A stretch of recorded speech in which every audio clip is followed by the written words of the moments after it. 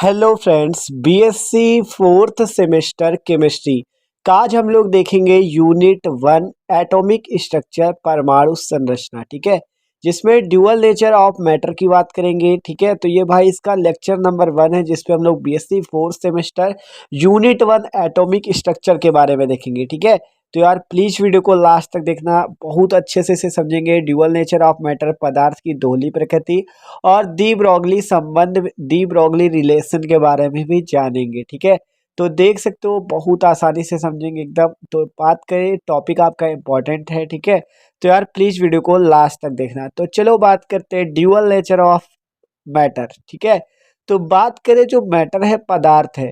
ठीक है, तो उसकी कहा गया दोहरी प्रकृति होती है, ड्यूअल नेचर मतलब वो दोहरी प्रकृति दिखाता है। ठीक है, तो देखो हमने यहाँ पे आपको बताया हुआ है कि मैटर जो है दोहरी प्रकृति दिखाता है। कौन कौन सी? पहला पार्टिकल नेचर, देखो पहला है आपका प्रकृति इसकी पार्टिकल नेचर अर्थात कण प्रकृति, मतलब पार्टिकल मतलब कण। ठीक है, और दूसरा वेव नेचर मतलब तरंग प्रकृति। तो दो प्रकार की प्रकृति दिखाता है, पहला कण और दूसरा तरंग। ठीक है, दो प्रकार से मैटर रह सकता है, कण के रूप में और तरंग के रूप में। ठीक है, अभी आगे समझेंगे तो और अच्छे से आपको समझ में आएगा। तो देखो नीचे कहा गया सन 1924, सन 1924 ईस्वी में लुइस दी ब्रॉगली ने पदार्थ मैटर के तरंग सिद्धांत का प्रतिपादन किया। ठीक है, लुइस दी ब्रॉगली ने 1924 में प्रतिपादन किया किसका? तरंग सिद्धांत का।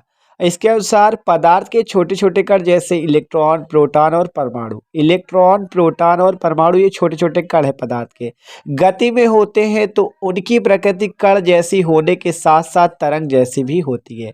मतलब पार्टिकल जैसी होने के साथ साथ उसमें तरंग के भी गुण होता है, तरंग जैसी भी वो होती है।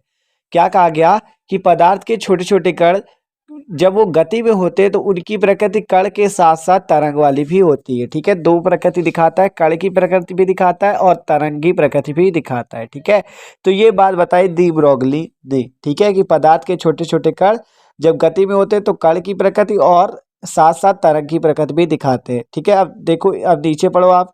जब इन पार्टिकल्स की प्रकृति को वेव जैसा मानेंगे तो इसमें वे सभी गुण होंगे जो तरंगों में पाए जाते हैं, जैसे फ्रीक्वेंसी, वेवलेंथ, वेव एम्पलीट्यूड आदि। फ्रीक्वेंसी मतलब आवृत्ति। ठीक है, तो वेव जैसा मानेंगे मतलब अगर आप पार्टिकल को जो पदार्थ की प्रकृति अगर आप कण से तरंग मानोगे तो उसमें वो सारे गुण होंगे जो तरंगों में होते हैं। पहला फ्रीक्वेंसी अर्थात आवृत्ति, वेवलेंथ अर्थात तरंग दैर्ध्य और वेव एम्पलीट्यूड अर्थात तरंग आयाम। ठीक है, ये सारे गुण होंगे।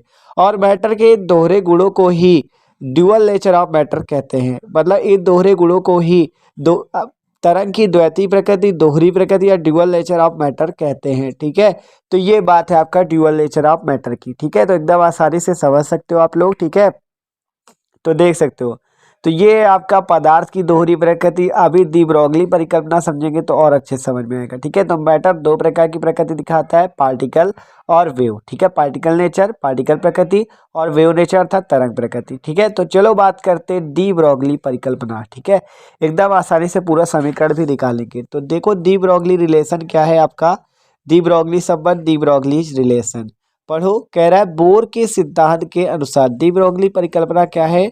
तो देखो बात करें, इंपॉर्टेंट है आपकी, पूरा फॉर्मूला भी डेरिवेशन करेंगे इसका। ठीक है, तो देखो कहा गया बोर के सिद्धांत के अनुसार इलेक्ट्रॉन को एक पार्टिकल माना जाता था। मतलब बोर नामक एक साइंटिस्ट थे जिन्होंने इलेक्ट्रॉन को एक माना कि वो एक पार्टिकल, एक कण है। लेकिन डी ब्रॉगली के अनुसार जो होता है वो पार्टिकल तथा वेव दोनों के गुण प्रदर्शित करता है। इलेक्ट्रॉन पार्टिकल तथा वेव दोनों के गुण प्रदर्शित करता है। और दी ब्रॉगली ने एक ऐसा समीकरण दिया जिसकी सहायता से v वेग से गतिमान m द्रव्यमान के कण की तरंगदैर्ध्य की गणना की जा सकती है। तो चलो बात करते हैं दी ब्रॉगली रिलेशन की। तो देखो सबसे पहले आपसे कहा गया, बोहर ने, जो बोहर नामक साइंटिस्ट है, उन्होंने बताया कि जो मैटर है उसकी पार्टिकल नेचर होती है, मतलब कि कण प्रकृति होती है।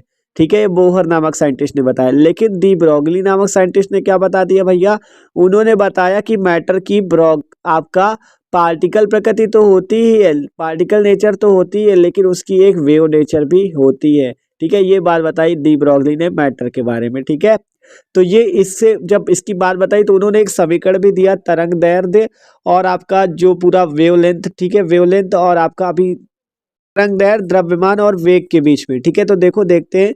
तो यहाँ पे लिखा, यदि देखो अगर m द्रव्यमान का कोई कण है, ठीक है, v वेग से चल रहा है तो उसकी तरंग दैर्घ्य का फॉर्मूला बताया।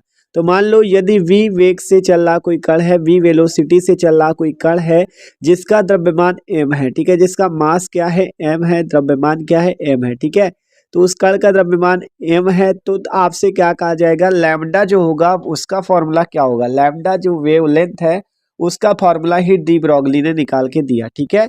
तो चलो उसको निकालते हैं। तो लैम्डा की वैल्यू जो हो जाएगी वो होगी h upon M v. Lambda की वैल्यू होगी lambda equal to h upon M v, ठीक है। यहाँ पे लैम्डा तो आपको पता है वेवलेंथ, m पता है मास है, v पता है वेलोसिटी, लेकिन बात करें यहाँ h क्या है, h आपका जो यहाँ पे वो है प्लांक कांस्टेंट, ठीक है। लैम्डा हो गया वेवलेंथ अर्थात तरंग दैर्घ्य, ठीक है। m हो गया आपका द्रव्यमान और h हो गया प्लांक कांस्टेंट, प्लांक नियतांक, ठीक है। h क्या है, प्लांक नियतांक कह सकते हो या प्लांक कांस्टेंट कह सकते हो। और जो ये प्लांक कांस्टेंट होता है इसका भी एक वैल्यू भी होती है इसकी, ठीक है, उसको भी आपको याद करना जरूरी है। तो h का जो मान होता है वो होता है 6.625 इंटू 10⁻27 अर्ग पर सेकेंड, ठीक है। ये आपका h का मान होता है प्लांक नियतांक का, ठीक है, प्लांक कांस्टेंट का मान होता है, ठीक है, 6.625 इंटू 10⁻27। तो ये जो lambda equal to h upon M v आया, इसी से आप और भी आगे समीकरण निकाल सकते हो डी ब्रॉगली के, ठीक है। तो देख सकते हो और भी आगे आपको समीकरण निकाल के इससे दिखाते हैं, ठीक है। तो देखो जैसे lambda equal to h upon M v है, ठीक है। अब अगर इसको आगे आप करना चाहो डेरिवेशन इसका, तो देखो कैसे करोगे। तो जो प्लांक नियतांक आया, तो प्लांक के अनुसार जो फोटान की ऊर्जा होती है, फोटान जो कण होते हैं उनकी जो ऊर्जा होती है वो क्या होती है, वो होती है आपकी E equal to h nu. जो ऊर्जा E होती है, देखो प्लांक के अनुसार मान लो कोई न्यू आवृत्ति, ठीक है, आवृत्ति उसकी न्यू हो, तो न्यू आवृत्ति का कोई कण मान लो है, तो उसकी जो ऊर्जा होगी वो क्या होगी, तो ऊर्जा जो होगी वो कितनी होगी भाई, एच न्यू होगी, ठीक है। ऊर्जा आपकी क्या होगी, एच इंटू न्यू, ठीक है। तो ई इक्वल टू क्या हो जाएगा, एच न्यू, और न्यू इक्वल टू आपका होता है सी अपॉन लैम्डा, ठीक है। तो देखो अभी आगे उसकी बात करेंगे। तो आप देखो प्लांक के अनुसार तो ई इक्वल टू एच नहीं होता है, लेकिन आपने एक समीकरण पढ़ा होगा, आपको पता होगा आइंस्टीन का द्रव्यमान ऊर्जा समीकरण, ठीक है, वो क्या होता है, E equal to M C square, ठीक है। तो आइंस्टीन का जो द्रव्यमान ऊर्जा समीकरण लिखते हैं यहाँ पर से आइंस्टीन के समीकरण से, ठीक है, आइंस्टीन के इक्वेशन से, वो क्या होता है, E equal to M C square, ठीक है, E equal to M C square होता है। तो यहाँ पे देख सकते हो उसको समीकरण 1 मान लो, इसको 2 मान लो और नीचे वाले को समीकरण नंबर 3 मान लो, ठीक है। तो ये जो E equal to M C square है और E equal to h nu, अगर हम यहाँ बात करें समीकरण 2 व 3 से, इक्वेशन 2 एंड 3 से बात करें तो आप क्या लिख सकते हो, देखो समीकरण 2 व 3 से, तो देखो यहाँ पे आप क्या लिख सकते हो, H nu equal to M C square, E दोनों तरफ सेम है LHS में, तो ये RHS वाले सेम हो जाएंगे, क्या हो जाएगा, h nu equal to M C square, ठीक है, कोई दिक्कत नहीं, इतना हो जाएगा। आप देखो फार्मूला आपको पता होना चाहिए, न्यू इक्वल टू होता है C upon lambda, nu equal to क्या होता है, सी अपॉन लैम्डा, जहाँ न्यू आवृत्ति, लैम्डा तरंग दैर्घ्य और सी निर्वात में प्रकाश की चाल या प्रकाश का वेग है, ठीक है, या कह सकते हो निर्वात में वेग है, ठीक है। सी निर्वात में वेग होता है और वी जो कण का वेग था, ठीक है। तो यहाँ एच सी अपॉन लैम्डा हो जाएगा equal to M C square. अब यहाँ ये सी से वो वाला सी आपका कैंसिल हो जाएगा, सी से सी कैंसिल, तो क्या बचा, H upon lambda equal to M C, क्या बच जाएगा, H upon lambda equal to M into C, ठीक है, इतना आ जाएगा एकदम आसानी से। आप यहाँ से लैम्डा की वैल्यू निकाल सकते हो, देखो H upon lambda equal to M C आ गया।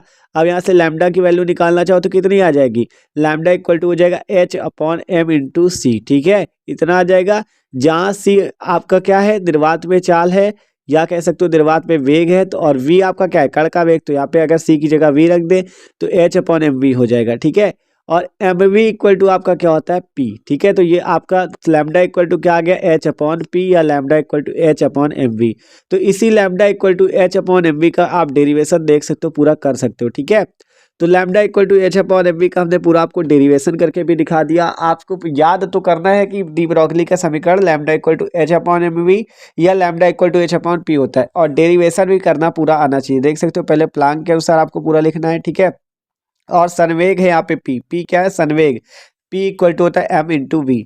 तो ये जो समीकरण था आपको इसको डेरिवेशन कैसे कर सकते हो, lambda equal to H upon M v का पहले E equal to h nu लिखा प्लांक के अनुसार, फिर आइंस्टीन का समीकरण E equal to M C square, दोनों समीकरण से आपको कर लेना है, जिससे nu equal to c upon lambda, और लैम्डा इक्वल टू आपका आसानी से क्या आ जाएगा एच अपॉन एम सी, और सी की जगह आप वी रख दोगे क्योंकि वेग दोनों ही है, तो lambda equal to H upon M V और lambda equal to H upon P. तो यही है आपका डी ब्रोगली का समीकरण। आप इसे ये भी लिख सकते हो लैम्डा प्रोपोर्शनल 1 अपॉन पी।